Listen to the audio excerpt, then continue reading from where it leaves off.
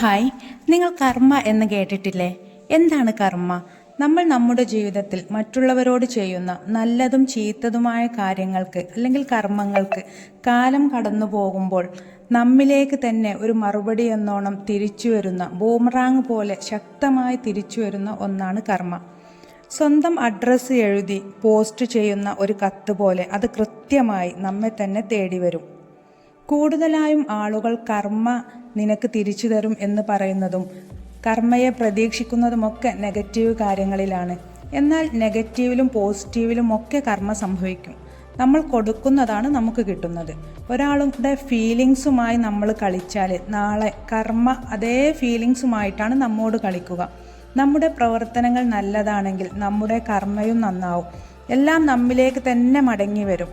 അതിന് പ്രത്യേകിച്ച് ഒരു മെനുവൊന്നുമില്ല. നമുക്ക് അർഹമായത് നമുക്ക് കിട്ടും. നമ്മുടെ ഒരു പ്രവൃത്തിയിൽ നിന്നും ഒരാളുടെ മനസ്സ് എത്രമാത്രം വേദനിക്കുന്നുവോ സന്തോഷിക്കുന്നുവോ അതിനനുസരിച്ച് നമുക്കും അതേ വേദനയും സന്തോഷവും മറ്റൊരാളിൽ നിന്നും കിട്ടും. സ്വന്തം സ്വഭാവത്തിൻ്റെ ഒരു ഫോട്ടോ കോപ്പിയാണ് കർമ്മ.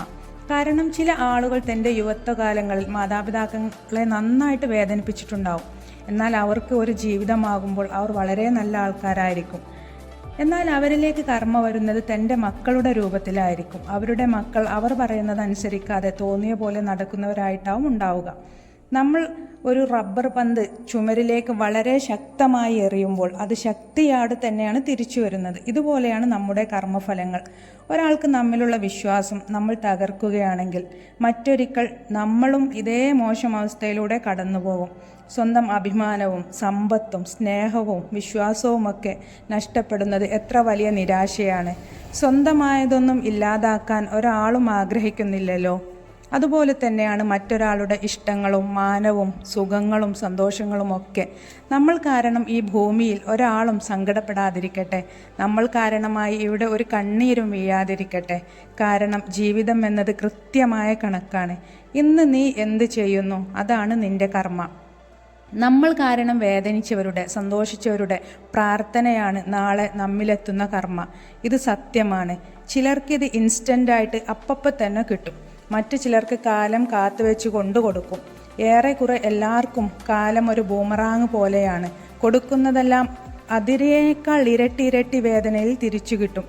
കാരണം നമ്മൾ മറ്റൊരാളോട് ചെയ്യുന്നത് എന്ത് തന്നെയായാലും അത് തിരിച്ചു കിട്ടിക്കൊണ്ടേയിരിക്കും. കർമ്മയുടെ കയ്യിൽ നിന്നും ഒരാൾക്കും രക്ഷപ്പെടാൻ കഴിയില്ല. അത് നമ്മൾ എത്ര ഓടി ഒളിച്ചാലും മറഞ്ഞിരുന്നാലും നമ്മൾ ഉള്ളതെവിടെയാണോ അവിടെ വരും. അവിടെ ആൺ പെൺ വ്യത്യാസങ്ങളൊന്നുമില്ല. കർമ്മങ്ങൾ നന്നാക്കും. കർമ്മ കാത്തിരുന്ന് കിട്ടുന്നതും നല്ലതാകട്ടെ. By motivation Malayalam.